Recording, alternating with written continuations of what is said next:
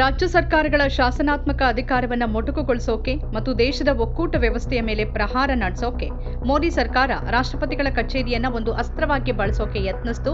ಆದರೆ ಮೋದಿ ಸರ್ಕಾರದ ಈ ನಡೆಗೆ ಈಗ ಸರ್ವೋಚ್ಚ ನ್ಯಾಯಾಲಯವೇ ತಡೆ ಹಾಕಿದಂತೆ ಕಾಣ್ತಿದೆ. ರಾಜ್ಯಪಾಲರ ಅನಿಯಂತ್ರಿತ ಅಧಿಕಾರದ ಕುರಿತು ರಾಷ್ಟ್ರಪತಿಗಳು ಕೇಳಿದ ಸಾಂವಿಧಾನಿಕ ಪ್ರಶ್ನೆಗಳ ವಿಚಾರಣೆ ನಡೆಸಿರುವ ಸುಪ್ರೀಂ ಕೋರ್ಟ್ ಮೋದಿ ಸರ್ಕಾರಕ್ಕೆ ಚುರುಕು ಮುಟ್ಟಿಸುವಂತ ಪ್ರಶ್ನೆಗಳನ್ನ ಕೇಳ್ತಾ ಇದ್ದು ಪ್ರಜಾಪ್ರಭುತ್ವದ ಮೂಲ ತತ್ವಗಳನ್ನ ಎತ್ತಿ ಹಿಡಿತಾ ಇದೆ. ರಾಜ್ಯಗಳ ಹಕ್ಕುಗಳನ್ನ ಹತ್ತಿಕ್ಕುವ ಕೇಂದ್ರದ ಪ್ರಯತ್ನಕ್ಕೆ ಇದೀಗ ನ್ಯಾಯಾಂಗದಿಂದಲೇ ತಡೆ ಬಿದ್ದಿದ್ಯಾ? ಈ ಕುರಿತ ವಿವರ ಇಲ್ಲಿದೆ. ಕಳೆದ ಕೆಲವು ವರ್ಷಗಳಿಂದ ವಿಶೇಷವಾಗಿ ವಿರೋಧ ಪಕ್ಷಗಳು ಆಡಳಿತ ನಡೆಸುತ್ತಿರುವ ರಾಜ್ಯಗಳಲ್ಲಿ ರಾಜ್ಯಪಾಲರು ಮತ್ತು ಚುನಾಯಿತ ಸರ್ಕಾರಗಳ ನಡುವಿನ ಸಂಘರ್ಷ ತಾರಕಕ್ಕೇರಿದೆ. ರಾಜ್ಯ ವಿಧಾನಸಭೆಗಳು ಅಂಗೀಕರಿಸಿದ ಮಸೂದೆಗಳಿಗೆ ರಾಜ್ಯಪಾಲರು ಅಂಕಿತ ಹಾಕದೆ ವರ್ಷಗಟ್ಟಲೆ ತಮ್ಮ ಬಳಿನೇ ಇಟ್ಕೊಳ್ಳೋದು ಅಥವಾ ಅನಗತ್ಯವಾಗಿ ರಾಷ್ಟ್ರಪತಿಗಳ ಅಂಕಿತಕ್ಕೆ ಕಳಿಸೋದು ಒಂದು ಸಾಮಾನ್ಯ ಪ್ರವೃತ್ತಿಯಾಗ್ಬಿಟ್ಟಿದೆ. ತಮಿಳುನಾಡು ಸರ್ಕಾರದ ಪ್ರಕರಣದಲ್ಲಿ ರಾಜ್ಯಪಾಲ ಆರ್.ಎನ್. ರವಿ ಅವರ ನಡೆಯನ್ನ ತೀವ್ರವಾಗಿ ತರಾಟೆಗೆ ತೆಗೆದುಕೊಂಡಿದ್ದ ಸುಪ್ರೀಂ ಕೋರ್ಟ್ ಮಸೂದೆಗಳಿಗೆ ಅಂಕಿತ ಹಾಕೋಕೆ ಕಾಲಮಿತಿ ನಿಗದಿಪಡಿಸುವಂತಹ ಐತಿಹಾಸಿಕ ತೀರ್ಪು ನೀಡಿತ್ತು. ಈ ತೀರ್ಪಿನ ಹಿನ್ನೆಲೆಯಲ್ಲಿ ಕೇಂದ್ರ ಸರ್ಕಾರದ ಸಲಹೆಯ ಮೇರೆಗೆ ರಾಷ್ಟ್ರಪತಿ ದ್ರೌಪದಿ ಮುರ್ಮು ಅವರು ಸಂವಿಧಾನದ 143ನೇ ವಿಧಿ ಅಡಿಯಲ್ಲಿ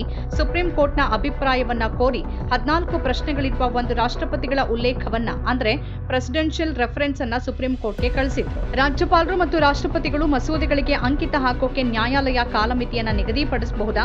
ರಾಜ್ಯಪಾಲರ ವಿವೇಚನಾಧಿಕಾರ ನ್ಯಾಯಾಂಗೀಯ ವಿಮರ್ಶೆಗೆ ಒಳಪಟ್ಟಿದೆಯಾ ಅನ್ನುವಂತಹ ಪ್ರಮುಖ ಪ್ರಶ್ನೆಗಳು ಇದರಲ್ಲಿ ಸೇರಿದ್ವು. ಮುಖ್ಯ ನ್ಯಾಯಮೂರ್ತಿ ಬಿ.ಆರ್. ಗವಾಯಿ ನೇತೃತ್ವದ 5 ನ್ಯಾಯಾಧೀಶರ ಸಾಂವಿಧಾನಿಕ ಪೀಠ ಈ ಉಲ್ಲೇಖದ ವಿಚಾರಣೆಯನ್ನು ನಡೆಸ್ತಾ ಇದೆ. ನ್ಯಾಯಮೂರ್ತಿ ಸೂರ್ಯಕಾಂತ್, ನ್ಯಾಯಮೂರ್ತಿ ವಿಕ್ರಮ್ನಾಥ್, ನ್ಯಾಯಮೂರ್ತಿ ನರಸಿಂಹ ಹಾಗೂ ನ್ಯಾಯಮೂರ್ತಿ ಎ.ಎಸ್. ಚಂದೂರ್ಕರ್ ಪೀಠದ ಇತರ ನ್ಯಾಯಾಧೀಶರು. ಅದರ ವಿಚಾರಣೆ ಬುಧವಾರವೂ ನಡೆಯಿತು.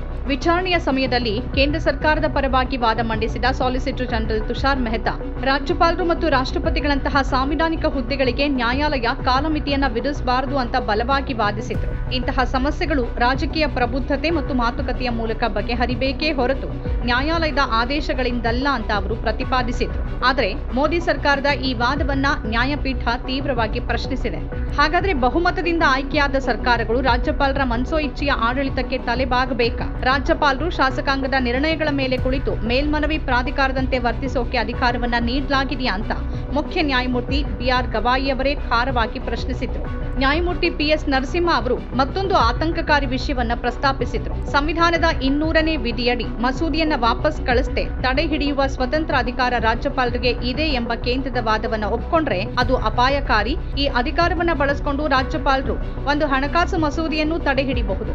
ಇದು ಸಂವಿಧಾನದ ಆಶಯಕ್ಕೆ ವಿರುದ್ಧ ಅಲ್ವಾ ಅಂತ ಅವರು ಪ್ರಶ್ನೆ ಮಾಡಿದ್ರು. ತಮಿಳುನಾಡು ಮತ್ತು ಪಶ್ಚಿಮ ಬಂಗಾಳ ರಾಜ್ಯಗಳ ಪರವಾಗಿ ವಾದ ಮಂಡಿಸಿದ ಹಿರಿಯ ವಕೀಲರಾದ ಕಪಿಲ್ ಸಿಬಲ್ ಮತ್ತು ಎ.ಎಂ. ಸಿಂಘ್ವಿ ರಾಜ್ಯಪಾಲರ ನಡೆಯನ್ನ ಕಟುವಾಗಿ ಟೀಕಿಸಿದ್ರು. ರಾಜ್ಯಪಾಲರು ಗಣರಾಜ್ಯದಲ್ಲಿ ತಮ್ಮನ್ನ ತಾವು ರಾಜಮನೆತನದವರು ಅಂತ ಭಾವಿಸುವಂತಿಲ್ಲ ಅಂತ ತಮಿಳುನಾಡು ಸರ್ಕಾರ ವಾದಿಸಿತು. ಪಶ್ಚಿಮ ಬಂಗಾಳದ ಪರವಾಗಿ ವಾದಿಸಿದ ಕಪಿಲ್ ಸಿಬಲ್ ಶಾಸನವನ್ನ ರೂಪಿಸುವುದು ಒಂದು ಸಾರ್ವಭೌಮ ಕಾರ್ಯ, ಅದು ಕಾಯುವಂತದ್ದಲ್ಲ. ರಾಜ್ಯಪಾಲರಿಗೆ ಮಸೂದೆಗಳನ್ನ ಅನಿರ್ದಿಷ್ಟಾವಧಿಗೆ ತಡೆ ಹಿಡಿಯುವಂತ ಅಸಂಬದ್ಧ ಅಧಿಕಾರವನ್ನ ನೀಡಿದ್ರೆ ಭಾರತದ ಭವಿಷ್ಯವೇ ಅಪಾಯಕ್ಕೆ ಸಿಲುಕತ್ತೆ. ಸಾಂವಿಧಾನಿಕ ಹುದ್ದೆಯಲ್ಲಿರೋರು ಸಹಕಾರದಿಂದ ಕೆಲಸ ಮಾಡಬೇಕೇ ಹೊರತು ಸಂಘರ್ಷದಿಂದಲ್ಲ ಅಂತ ಬಲವಾಗಿ ವಾದಿಸಿದ್ರು. ಇತ್ತೀಚಿನ ವಿಚಾರಣೆಯಲ್ಲಿ ನ್ಯಾಯಮೂರ್ತಿಗಳು ಯಾವುದೇ ಸಾಂವಿಧಾನಿಕ ಅಂಗ ಸಂವಿಧಾನದ ಕಾರ್ಯನಿರ್ವಹಣೆಗೆ ಅಡ್ಡಿಯಾಗುವಂತಿಲ್ಲ, ರಾಜ್ಯಪಾಲರು ಶಾಸಕಾಂಗದ ವಿವೇಕವನ್ನ ಅನಿರ್ದಿಷ್ಟಾವಧಿಯವರೆಗೆ ವಿಳಂಬ ಮಾಡುವಂತಿಲ್ಲ ಅಂತ ಮೌಖಿಕವಾಗಿ ಅಭಿಪ್ರಾಯಪಟ್ಟಿದ್ದಾರೆ. ಇದು ಮೋದಿ ಸರ್ಕಾರಕ್ಕೆ ಸ್ಪಷ್ಟ ಸಂದೇಶವನ್ನ ರವಾನಿಸಿದೆ. ರಾಜ್ಯಪಾಲರ ಹುದ್ದೆಯನ್ನ ಬಳಸಿಕೊಂಡು ರಾಜ್ಯಗಳ ಅಧಿಕಾರವನ್ನ ನಿಯಂತ್ರಿಸುವ ಕೇಂದ್ರದ ತಂತ್ರಕ್ಕೆ ಸುಪ್ರೀಂ ಕೋರ್ಟ್ನ ಸಾಂವಿಧಾನಿಕ ಪೀಠ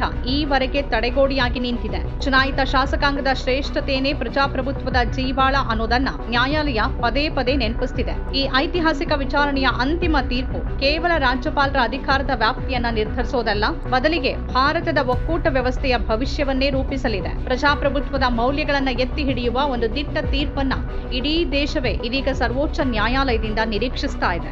ನಮ್ಮ ಕಾರ್ಯಕ್ರಮಗಳನ್ನ ನೀವು ನೋಡ್ತಾ ಇದ್ರೆ ನಮ್ಮ ಚಾನೆಲ್ ಅನ್ನ ಸಬ್ಸ್ಕ್ರೈಬ್ ಮಾಡಿ, ಪಕ್ಕದ ಬೆಲ್ ಐಕಾನ್ ಒತ್ತಿ ನಮ್ಮನ್ನ ಬೆಂಬಲಿಸಿ. ಹಾಗೆ ನಮ್ಮ ಕಾರ್ಯಕ್ರಮಗಳನ್ನ ಲೈಕ್ ಮಾಡಿ, ಕಮೆಂಟ್ ಮಾಡಿ, ಅದನ್ನ ಬೇರೆಯವರಿಗೂ ವಾಟ್ಸ್ಆಪ್ ಮೂಲಕ ಶೇರ್ ಮಾಡಿ.